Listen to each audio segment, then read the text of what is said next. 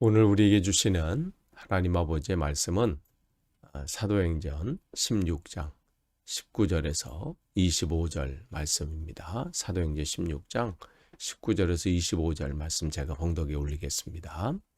여종의 주인들은 자기 수익의 소망이 끊어진 것을 보고 바울과 실라를 붙잡아 장터로 관리들에게 끌어갔다가 상관들 앞에 데리고 가서 말하되 이 사람이 유대인인데 우리 성을 심히 요란하게 하여 로마 사람인 우리가 받지도 못하고 행하지도 못할 풍속을 전한다 하거늘 우리가 일제히 일어나 고발하니 상관들이 옷을 찢어 벗기고 매로 칠하여 많이 친 후에 옥에 가두고 간수에게 명하여 든든히 지키라 하니 그가 이러한 명령을 받아 그들을 깊은 옥에 가두고 그 발을 착고에 든든히 채웠더니 한밤중에 바울과 실라가 기도하고 하나님을 찬송하며 죄수들이 듣더라.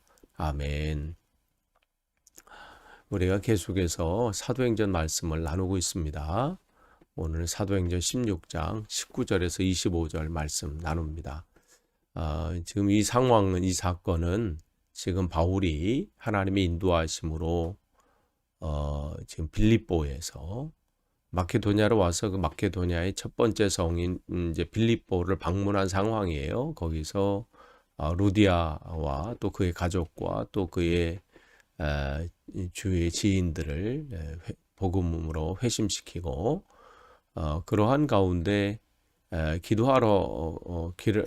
기도하는 장소로 가다가 귀신 들린 한 사람을 만나고 그의 그 귀신을 내어 쫓는 그런 사건이 있었지요. 그런데 그 주인들이 이 귀신 들린 여자를 통해서 이 여자가 점을 치고 거기서 오는 그 경제적인 수익이 있었는데 그게 이제 귀신이 쫓겨나가면서 그 수익이 없어진 거죠. 그러니까 경제적인 문제가 사라져 버린 거예요. 그러니까 이득이 사라지자 지금 분노한 거예요. 그러니까 이 사람의 분노는, 그러니까 이 주인들의 분노는 다른 데 있지 않죠. 이 사람의 관심은 뭐 이 여자가 온전케 됐다, 뭐 귀신이 나가고 새롭게 됐다. 여긴 전혀 관심 없어요. 자기에게 이익이 지금 사라진 것에 대해서 지금 분노하고 있어요. 참 우리 주위에 또 이 시대에 살면 이런 사람들이 얼마나 많나요? 한 인간의 회복과 또 온전함보다는 자기의 이익이 먼저고, 그러니까 자기 이익이 사라지면 분노하는 사람들 얼마나 많나요? 분노하고 자기 이익을 위해서는 자기의 이 공동체의 이익을 위해서는 한 인간의 삶이 무너지고 또 그 삶이 피폐해지고 파괴돼도 전혀 관심이 없어요. 오로지 자기의 이익. 그러니까 그러한 지금 한 인간을 우리가 보게 돼요. 그러니까 우리가 성경 읽다 보면 죄인들의 모습이 얼마나 다양하게 나타나는가를 보게 돼요. 그리고 사람이 어떻게까지 이렇게 악하게 될 수 있을까 이제 보게 되죠. 근데 그 사람이 지금 바울과 실라 또 이 일행들을 고소하는 거예요. 그러면서 바울과 실라를 붙잡았다 이렇게 돼 있어요. 그러면서 그들이 고발하는 게 뭐냐면 20절에 이들을 고발하면서 이들은 유대인이다 이렇게 얘기를 해요. 그러니까 소망이 끊어진 것을 보고 바울과 실라를 붙잡고 이 사람은 유대인이다.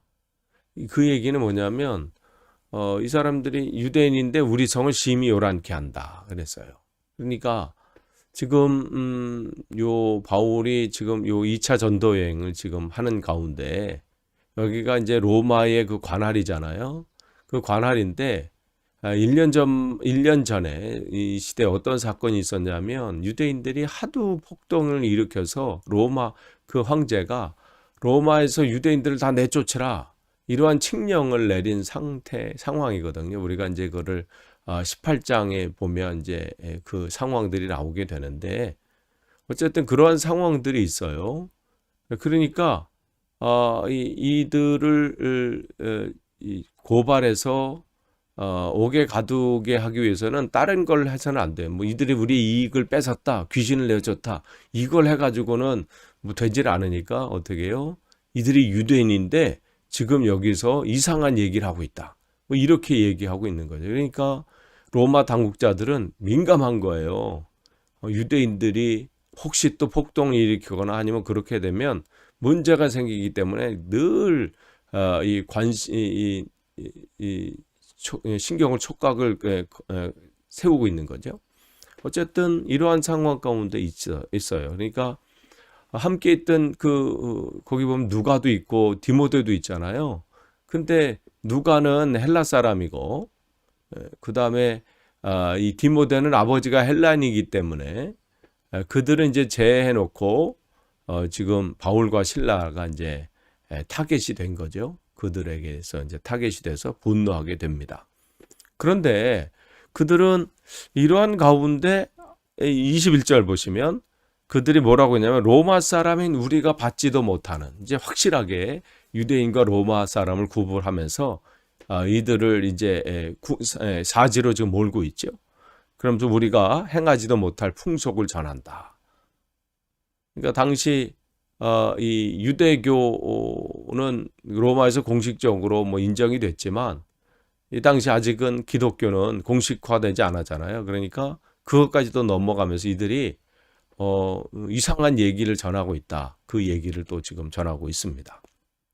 그러면서 22절에 무리가 일제히 일어나 고발하면서 상관들이 옷을 찢어 벗기고 매로 치라. 그래서 매로 치게 되죠. 근데 이상한 점이 있어요. 지금 이 상황 속에서 우리가 이제 뭐 나중에 보겠지만 바울이 이제 예루살렘 이제 3차 전도 여행까지 마치고 예루살렘에 올라가서 잡혔을 때는 난 로마 시민권이 있는 사람을 이렇게 함부로 대하느냐 막 이렇게 한 적이 있잖아요. 그런데 여기서는 왜 이 바울이 로마 시민권이 있다면 그걸 얘기할 수도 있잖아요. 나 이런 사람이고 왜 나를 이렇게 하나. 근데 여기서 이 바울은 거기 그 얘기를 왜 하지 않았는가 이렇게 생각이 돼요. 얘기할 만도 한데. 근데 또 그렇게 생각해 보기도 해요. 만약에 바울이 나 로마 시민권자다. 나를 이렇게 할 수 없다 한다면 그럼 이 사람의 타겟은 다 어디로 가겠어요? 자기 동료인 다 신라에게로 갈 수도 있어요. 뭐 그래서 그랬는지는 모르겠어요. 어쨌든 바울은 여기서 침묵합니다. 자기가 내세울 수 있는, 자기가 여기서 피신할 수 있는 방법도 있고 그 계획 그런 것들이 있는데도 이 바울은 침묵해요. 왜 그런지는 정확하게 뭐 나타나질 않아요. 그런데 생각해 보면 이 바울과 실라가 옥에 갇히는 이 사건을 통해서 무슨 일이 일어나요? 우리가 이제 내일 살펴보겠지만 빌립보 간수와 그 가족이 회심하게 되는, 또 주님을 만나게 되는 놀라운 일들이 일어나게 되잖아요. 때로는 우리가 내가 인간적으로 할 수 있는 방법과 계획들을 포기하게 만드실 때가 있어요. 그전까지 그러지 않았는데, 예전에는 내가 내 방법대로 이렇게 한 적이 있었는데, 어느 때는 그 방법을 내려놓게 하시고, 나도 왜 그랬는지 모르는 거죠. 그렇게 인도하심을 직감하게 되고, 또 그 속에서 그 믿음으로 그 길을 걸어가는 그럴 때가 있어요. 지금 바울도 마찬가지죠. 그 일을 인도하심을 가지고 그 옥에 갇혔을 때 그걸로 끝날 줄 알았는데 한 가정이 또 그 가정과 더불어 이제 루디오와 이 가정과 더불어 이 빌립보 교회가 든든히 세워져가는 귀한 일꾼을 주님께서 세우시는 일들을 보게 됩니다. 그러면서 구원케 되는 귀한 열매를 맺게 되죠. 그다음 23절 보면 많이 쳤다 그랬어요. 그러니까 얼마나 많이 맞았는지 몰라요. 유대 법에는 뭐 40대에 하나를 감한 39대를 쳐라 이렇게 법으로는 율법으로는 정해져 있어요. 그거 넘어가면 죽을지도 모른다. 그건 너무 가혹하다 해가지고 40에 한 대를 감한 그 정도까지 이제 법으로 규정돼 있는데 로마 법에는 규정이 없어요. 그 상관이 그걸 집행하는 자가 그만할 때까지 때리는 거예요. 그러니까 얼마나 심히 많이 친후회라는 것은 거의 기절할 정도로 이제 한 거죠. 근데 그 정도로 지금 매를 맞고 옥에 가두고 이제 명하여 든든히 지키라 했어요. 간수에게 명하여. 그러니까 그 다음에 이제 24절에 그가 이러한 명령을 받아 그들을 깊은 옥에 가두고 그 발을 착고에 든든히 채웠다. 그러니까 지금 상황을 통해서를 보면 바울과 실라가 개인적인 방법으로는 어찌할 수 없는 그러한 깊은 곳에 그들이 거기서 자유롭게 된다는 것은 이미 들어갈 때 생각하지 못할 정도로 그러한 상황이 펼쳐진 거죠. 그런 생각을 할 수도 있어요. 인간적인 방법으로 이럴 줄 알았으면 내가 로마 시민권이 있다. 뭐 이렇게 얘기할 수도 있겠지만 지금 하나님의 인도하심을 따라서 그냥 그 길을 걷는 거예요. 근데 더 깊은 곳에서 더 어려운 상황이 지금 펼쳐지면서 이제 여기서 끝나나 보다 생각할 수도 있어요. 그런 상황이 온 거예요. 그런데 25절에 보시면 한밤중에 이렇게 돼 있어요. 한밤중이면 대략 여기서 밤 12시 정도를 얘기하는데 여기서 우리가 보게 돼요. 한밤중에. 그러니까 어쩌면 너무 많이 맞아가서 기절했다가 지금 깨어나 보니까 이렇게 시간이 된 것 같아요. 그런데 그들이 그 정말 참혹한 상황 가운데 정신 차리고 나서 처음으로 한 게 뭐예요? 불평도 아니고 불만도 아니에요. 원망이 아니라 어떻게 해요? 하나님께 기도하면서 하나님을 찬송하는 것이 이들의 첫 번째였다는 거지요. 그러니까 이들이 최악의 상황에서 뭘 선택하느냐를 참 보면 우리가 앞으로 우리가 신앙생활하면서 우리가 이 시대를 살아가면서 어떠한 삶을 살아야 되는지를 보여주시죠. 이들은 최악의 상황에서 원망과 불평을 선택한 것이 아니라 최악의 상황에서 하나님을 내가 신뢰함을 나타내는, 내가 전적으로 하나님을 신뢰합니다. 그것을 나타내는 그 표현으로 기도와 찬송을 선택한 거예요. 이게 중요합니다. 최악의 상황에서 이들은 최선의 것을 선택한 거예요. 하나님을 바라보기로 다시 더 결심한 거죠. 더 결단하는 거예요. 그래서 기도하고 하나님을 찬송하며 하나님께 영광을 돌린 거죠. 우리의 믿음이, 우리의 신앙이 여기까지 자라가야 합니다. 제가 이 말씀을 드리는 것은 저에게 대한 다시 한 번의 결단과 고백이기도 합니다. 그렇게 하나님 자라나길 원합니다. 때로는 우리가 그럴 때 있잖아요. 하지도 못하는데 그런 권면을 하고 위로하고 그렇게 말하는 게 잘못된 것은 아니고 그렇게 하는 게 좀 그렇지 않나? 아니에요. 그렇게 하나님께서 나는 못하지만 나는 아직까지 그렇게 하지 못하고 또 그렇게 행하지 못하는데도 이렇게 말하게 하시는 것은 그 사람에게도 전하는 말이기도 하고 권면하는 말이기도 하고 위로해주는 말이기도 하지만 그 말은 또 내가 듣잖아요. 그 얘기는 나에게 또 하시는 말씀이에요. 하나님께서는 내 입술을 여셔서 나 자신에게 또 너도 그렇게 살아라. 너도 그 어려운 상황 속에, 그 힘겨운 상황 속에, 최악의 상황 속에서도 최선을 선택해라. 그 말씀을 하시는 거예요. 지금 그런 상황이 온 거예요. 그래서 거기 보면 듣더라 이렇게 됐잖아요. 죄수들이 듣더라 그랬어요. 여기 듣더라는 이 단어는 여기 성경에서 이 신약 성경에서 여기만 나오는 이 단어예요. 특별한 단어를 이 누가는 쓰고 있어요. 뭐냐면 이 듣더라는 단어는 무슨 우리가 어떤 소리를 단순히 듣는다 이런 단어를 쓴 게 아니고요.